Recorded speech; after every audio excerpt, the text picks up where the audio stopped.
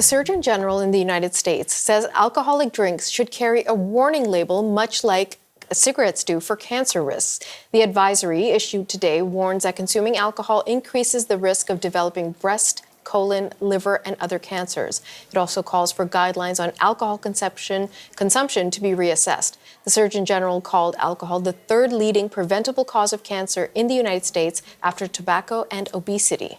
So just how effective could these warning labels be? For more insight into this, we have reached Erin Hobin. She is a senior scientist at the Public Health Ontario, and in 2017, she ran one of only 2 real-world experiments of adding cancer warning labels on alcohol. She's joining us today from Toronto. Erin, thanks so much for making time for us today. Good morning. It's a pleasure to be here. Erin, I understand you ran this experiment, and I want to get to that in a moment, but I think for many of our viewers, this is kind of a foreign idea because we so often think of cigarettes equal cancer, but we don't necessarily think alcohol leads to cancer. So pin that down a bit for us before we launch further into the conversation. Yeah, the World Health Organization's International Agency for Research on Cancer categorized the ethanol in all alcoholic beverages as a group 1 carcinogen starting in 1988. And a group 1 carcinogen is the category of highest risk, and it's the same category that tobacco smoke and asbestos are categorized in. And the categorization linking alcohol and cancer is for 7 different types of cancer, as you mentioned in the introduction. So starting with the mouth, and then if you think about it along the digestive tract, so the throat, the larynx, esophagus, and colon, and then also the liver and breast. Yikes. Okay, so with all that in mind, it is just today that the U.S. Surgeon General is saying, maybe we need to rethink how we are marketing, how we're label, how we're offering alcohol to the public. What's your read of this new suggestion? My colleagues at Public Health Ontario and at the University of Victoria have been studying the importance of the impacts of cancer warnings on alcohol containers for over 10 years. So we are very pleased and excited that high-profile public health and policy leaders are starting to now recognize the importance of cancer warnings on alcohol containers.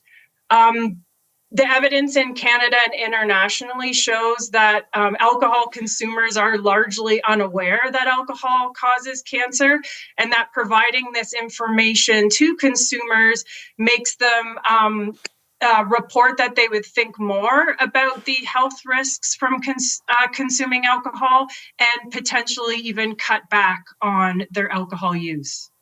Okay, so in 2017, as I mentioned off the top, you participated in this study trying out the effectiveness of putting these labels on alcohol. And this pilot program was in the Yukon, and we're in fact showing some of the images of what the labels look like. Very clear, bright, colorful, graphic. They would absolutely get your attention.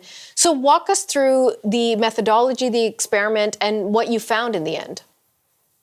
Yeah, this was a very unique sort of once-in-a-lifetime opportunity where, again, my colleague, Dr. Tim Stockwell of the University of Victoria, and I received funding from Health Canada, and we partnered with the government in Yukon to apply one of 3 rotating labels to all alcohol containers sold in the government-run liquor store in Whitehorse.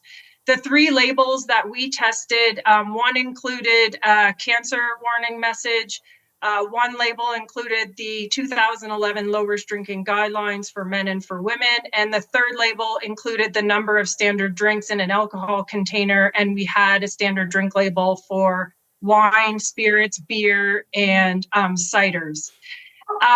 And we collected longitudinal survey data from alcohol consumers before and after the label intervention was implemented, and we also obtained alcohol sales data from the government in Yukon, as well as the government in the Northwest Territories, which served as our control condition that didn't receive the label intervention.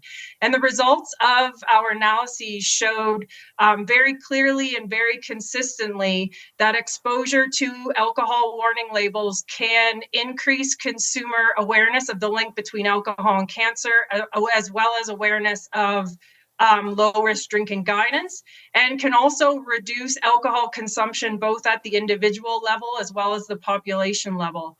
In fact, the analysis of the alcohol sales data showed a 6% reduction in per capita alcohol sold in Whitehorse compared to the jurisdictions that we use as our control condition that didn't receive the labels. So very clear, strong evidence that labels can indeed impact both consumer knowledge of alcohol health risks as well as reduce alcohol consumption. Erin, we have very few seconds left, actually, but I just want to ask you, where does our federal government stand on this issue of putting warning labels on alcohol? We've had several discussions with the federal government in Canada about this issue. There currently is a bill in the Senate that's been introduced to mandate cancer warnings on all alcohol containers across the country. And in fact, the Northwest Territories mandated a cancer warning on alcohol sold in their territory starting in April 2024. So there definitely is some momentum and a lot of discussions happening around cancer warnings on alcohol in Canada. Okay, Erin Hobin, thank you very much for your time today.